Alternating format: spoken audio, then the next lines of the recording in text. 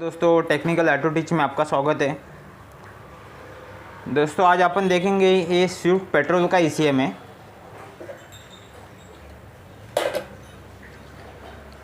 और दूसरी बात कि ईसीएम के अंदर का अपन देखेंगे, अंदर का पार्ट्स कैसे चेक करते हैं और ईसीएम को कोडिंग कैसे करते हैं और कौन सा ईसीएम है जो स्विफ्ट का उसको कोडिंग की ज़रूरत नहीं पड़ती, उसके बारे में बात करेंगे। तो दोस्तों पहली बात तो ये है कि 2005 में जो ईसीएम आया है, 2005 में स्विफ्ट गाड़ी आई है मार्केट में, तो जो 5 में आया है उसके अंदर आपको उसको कोडिंग करने की ज़रूरत नहीं है। लेकिन जो 2005 के बाद में आया है 6-7 में, तो उसके बाद उसके अंदर उसको प्रोग्रामिंग करना पड़ता है, स्कैनर के ऊपर कोडिंग करना पड़ता है। और मैनुअली भी आप यहाँ पे देख लो 75J01 लिखा है, आप मैनुअली भी उसको कोडिंग कर सकते हैं। तो उसके बारे में भी बात करेंगे। और दोस्तों ये है स्विफ्ट का ईसीएम। और उसके अंदर ज़्यादा तो मैंने प्रॉब्लम जो फेस की है, एक तो इसका चेक लाइट नहीं आता है, या फिर कॉइल इग्निशन कॉइल मिसिंग करता है कोई ना कोई, एक मिसिंग का प्रॉब्लम आता है, या फिर चेक लाइट ही नहीं आता है, फिर सिक्योरिटी लाइट ब्लिंक करता है, या फिर पानी जाता है अंदर।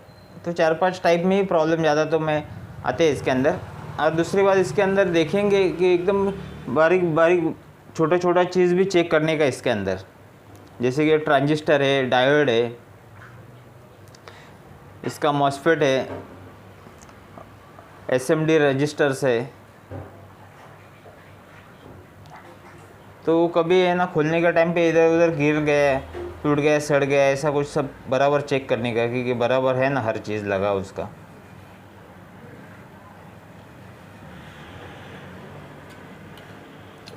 और दोस्तों ये इसका है मेन प्रोसेसर है, जहाँ पे इसके अंदर डाटा फीड रहते हैं। और ये इसका पावर चिप है।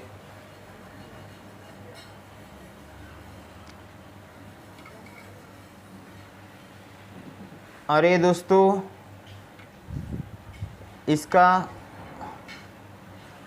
इसके अंदर फ़ैन ऑन होने के लिए, सेंसर को सप्लाई आने के लिए, सेंसर का सप्लाई का फ़ैन ऑन होने के लिए, इग्निशन स्विच ऑन होने के लिए, सेल्फ लगने के लिए, ये आईसी में इसका फंक्शन रहते हैं। और दोस्तों ये वाला है, ये है उसका इंजेक्टर का फायरिंग देने वाला चिप। इसके अंदर 4 सिलेंडर वाली गाड़ी है, तो 4 ये फायरिंग देने वाला चिप है।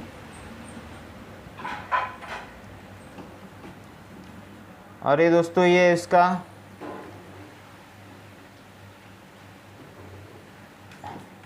ये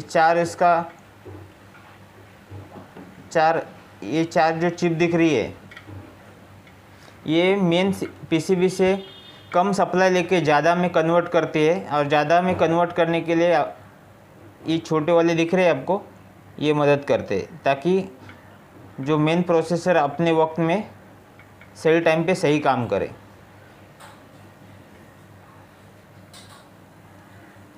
और दोस्तों उसके अंदर आपको कभी भी चेक करने का है कुछ भी, तो पहला एकदम बारीकी से छोटा वाला resistors, transistor, diode, MOSFET, crystal,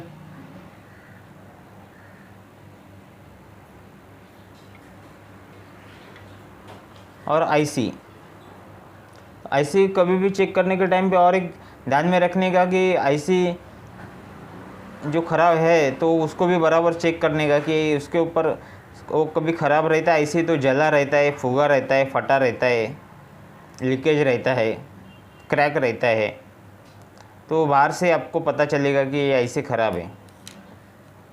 दूसरी बात है कि उसके ऊपर 50% से ज़्यादा बीप का साउंड मारता है कंटिन्यूटी में, तो भी वो आईसी ख़राब है ऐसा समझ जाने का।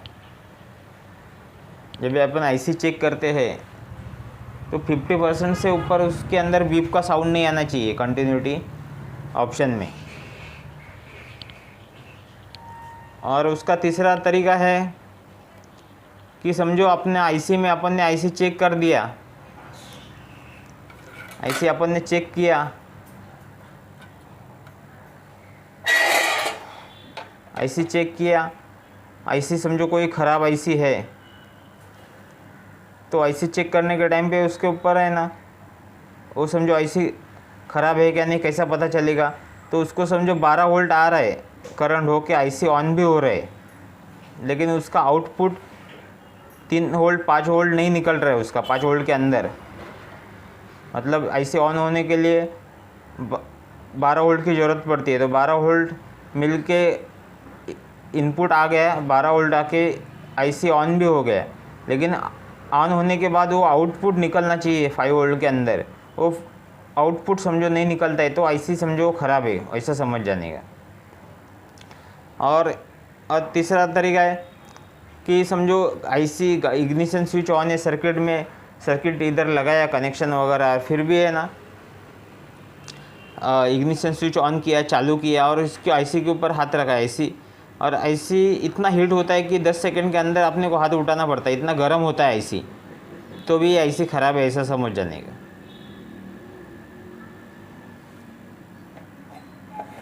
और दोस्तों अभी आपको मैं थोड़ा जूम करके दिखाता हूँ।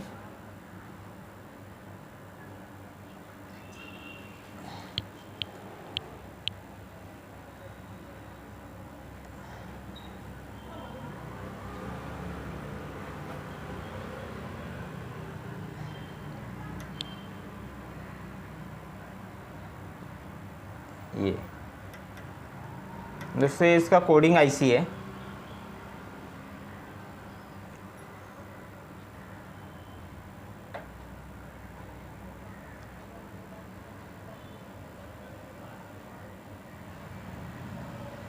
दोस्तों ये तो 2005 का मॉडल है, तो इसमें आपको सीधा सीधा डायरेक्ट ईसीएम दूसरा एक ईसीएम ख़राब हो गया तो आप दूसरा डायरेक्ट ईसीएम लाके उसके अंदर फिटिंग करेंगे और डायरेक्ट चालू करेंगे तो चालू हो जाएगा, इसमें कोडिंग की ज़रूरत नहीं है। लेकिन 2006 के बाद में जो ईसीएम आया है, जो स्विफ्ट का गाड़ी का ईसीएम है, उनमें आपको कोडिंग की ज़रूरत पड़ेंगे।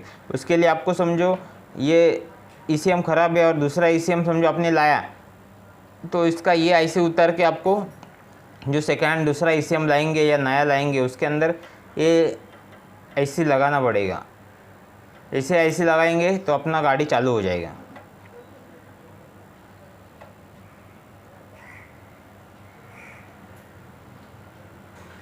और दोस्तों और एक चीज़ भूल गया मैं कि समझो जब भी आईसी फिटिंग करते हैं तो उसके ऊपर का नंबर चेक करने का है, उसके ऊपर एक डॉट रहता है, और डॉट रहता है वहाँ से उसका नंबर से उसका नीचे से चालू हो जाता है। समझो ये आईसी है, ये आईसी के ऊपर इधर डॉट है, तो डॉट के नीचे से पहला 1 आएगा, 2 आएगा, 3 आएगा, 4 आएगा, ऊपर सीधा ऊपर डायरेक्ट 5 आएगा, 6 आएगा, 7 आएगा, 8 आएगा।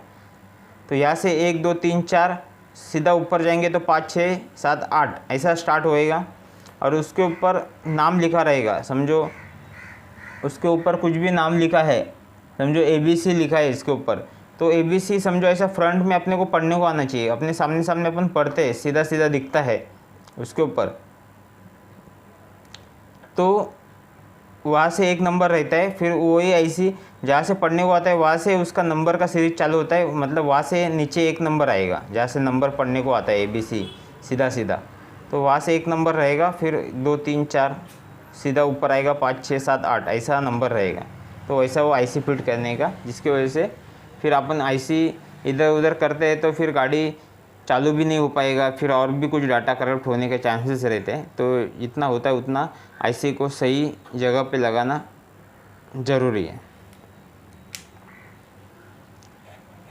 और चेक लाइट नहीं आता है तो पहले इसका रेजिस्टेंस चेक करने का कि बराबर है क्या नहीं हर जगह पे, उसका मेन आईसी चेक करने का, मेन पीसीबी चेक करने का कि उधर कुछ जला हुआ सड़ा हुआ तो नहीं है ना, और छोटा छोटा कनेक्शन के ऊपर ध्यान देने का कि इसके अंदर कुछ छोटा छोटा प्रॉब्लम तो नहीं है ना।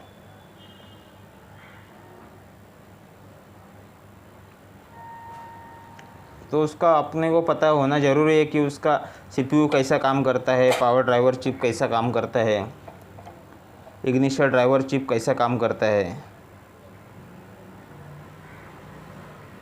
और फ्यूल इंजेक्शन ड्राइवर चिप भी कैसे काम करती है वो भी पता होना चाहिए। तो एक बेसिक इन्फॉर्मेशन था कि जो आपको समझ में आया रहेगा। आपको एक बार रिपीट करता हूँ कि इसका इंजेक्टर को फायरिंग देने वाला ये 4 चिप है। ये इसका मेन प्रोसेसर है, ये उसका पावर चिप है।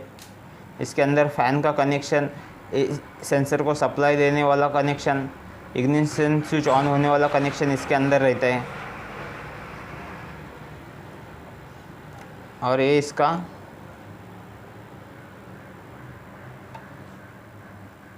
कोडिंग आईसी है। तो ये बहुत बेसिक इन्फॉर्मेशन था कि नॉर्मली जो बोर्ड का सर्किट रहता है, ईसीएम बोर्ड का सर्किट, उसके अंदर क्या कनेक्शन रहता है वो मैंने आपको बताया। उम्मीद करता हूँ कि ये वीडियो पसंद आया रहेगा तो लाइक और सब्सक्राइब कर दो। धन्यवाद दोस्तों।